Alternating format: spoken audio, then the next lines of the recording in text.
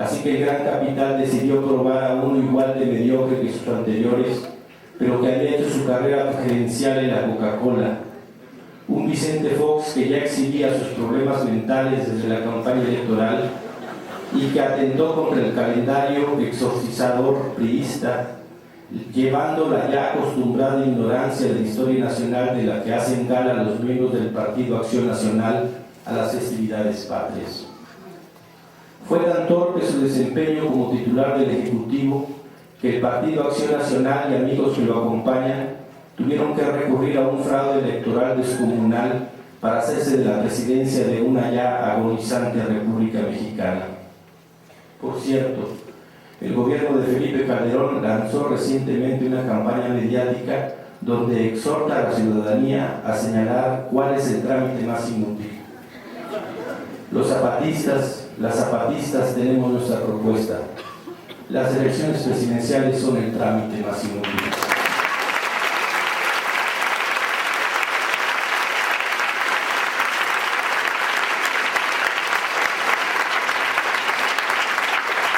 Además de ser carísimas y de que todos tenemos que soportar las estupideces que dicen y repiten los candidatos, como quiera es en otro lugar donde se decide quién se sienta en la silla. Pero si el Partido Acción Nacional exhibe como bandera su ignorancia histórica, el movimiento López Obradorista levanta su convicción histérica. Editan su historia y la de quienes los acompañan. Hace poco, con motivo de la muerte de Gustavo Iruegas, supuesto encargado de la inexistente política exterior del gobierno legítimo, se escribió una breve semblanza de él donde se editaba su biografía para que no apareciera que fue miembro de la representación gubernamental del gobierno de Cedillo en el saboteado diálogo con el EZLN, puesto en el que él dijo esa frase ya clásica en los medios gubernamentales: a los zapatistas hay que golpearlos para que dialoguen. Tal vez así, mutilando su propia historia, puede evitarse que los feligreses sepan bien a quien apoyan y siguen. Y gracias a esa mutilación de su historia, pueden obviar que la gran mayoría de quienes encabezan su movimiento se dejaron y se siguen dejando agarrar la pierna, políticamente hablando, por los supuestos enemigos. A nosotros se nos acusa de ser sectarios e intolerantes, pero la verdad sea dicha, ningún movimiento en México ha exhibido tal grado de sectarismo, intolerancia e histeria como el que hoy encabezado por Andrés Manuel López Obrador, que nos amenaza con salvar a México. Y la histeria se convierte en franca esquizofrenia cuando, viéndose al espejo, estos intelectuales dicen: ¿realmente somos los únicos que estamos haciendo algo por este país? ¿No vemos a nadie más?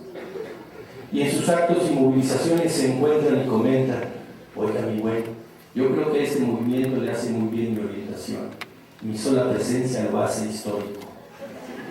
En efecto, es histórico el número de veces que ese movimiento le ha adjudicado a lo que hace el apelativo de histórico. Si estos viudos y viudas de Palacio Nacional hacen todo lo que hacen sin tener el poder federal, imagínense ustedes lo que harían si el renombrado hubiera llegado a la silla. En fin, como quiera que sea, las formas, los modos, los usos y costumbres de la clase política mexicana están ya en franca crisis, aunque sigue habiendo especialistas para esa especialidad de la política profesional. Ya volveremos después sobre esto. En estos tiempos pasados hemos visto cómo, con homenajes, el poder de uno y otro color ha logrado domesticar a algunas de quienes pueden tener una posición crítica frente a él, neutralizadas así. Por Dios, ¿cómo voy a criticar a quien me dio esta medalla y o este cheque? Estas personalidades, otrora críticas al sistema y sus gobiernos, se convierten entonces en simples correas de transmisión de la verdad en turno. Antes, para lograr eso se requería una embajada o al menos un consulado. Hoy no se necesita tanto.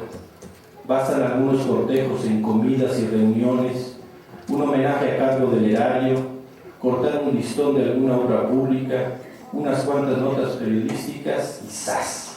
Ya tenemos a un nuevo vocero de los dos gobiernos que actualmente padecemos en México. Los homenajes son tan seductores para los intelectuales que algunos no resisten la tentación y ante la falta de seguidores que se los hagan, ellos mismos se organizan un homenaje. Como lo hizo ese otro cretino, presunto defraudador de la universidad en la que trabaja, que inspirado en el alcohol se da el derecho de calumniar, criticar y dar órdenes a los movimientos de México y el mundo desde las cómodas páginas de un periódico, y que para obtener feligreses llegó al extremo de llamar heroicas y heroicos a las anhelitas y anhelitos del López Obradorista movimiento en defensa del petróleo.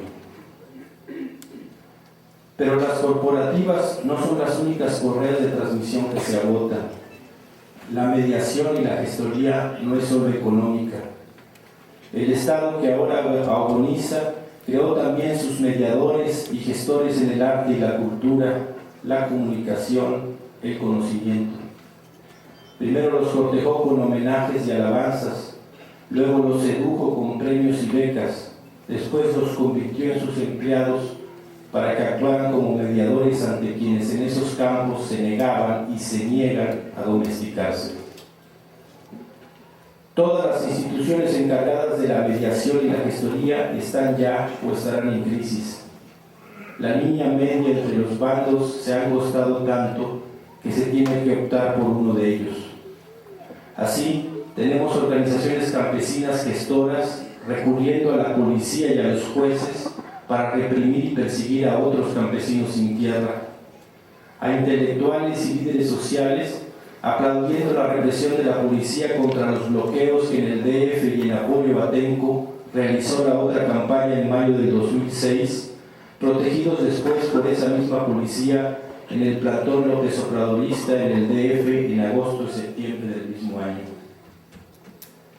Así que guarden sus medallas, ahorren sus cheques y hagan videos de sus homenajes, porque el mundo ya no es el mundo, ni el pueblo es el mismo. Porque si no me equivoco, este festival ha ido a contrapelo de esos calendarios, y hay en este otro camino otros calendarios que se dibujan abajo.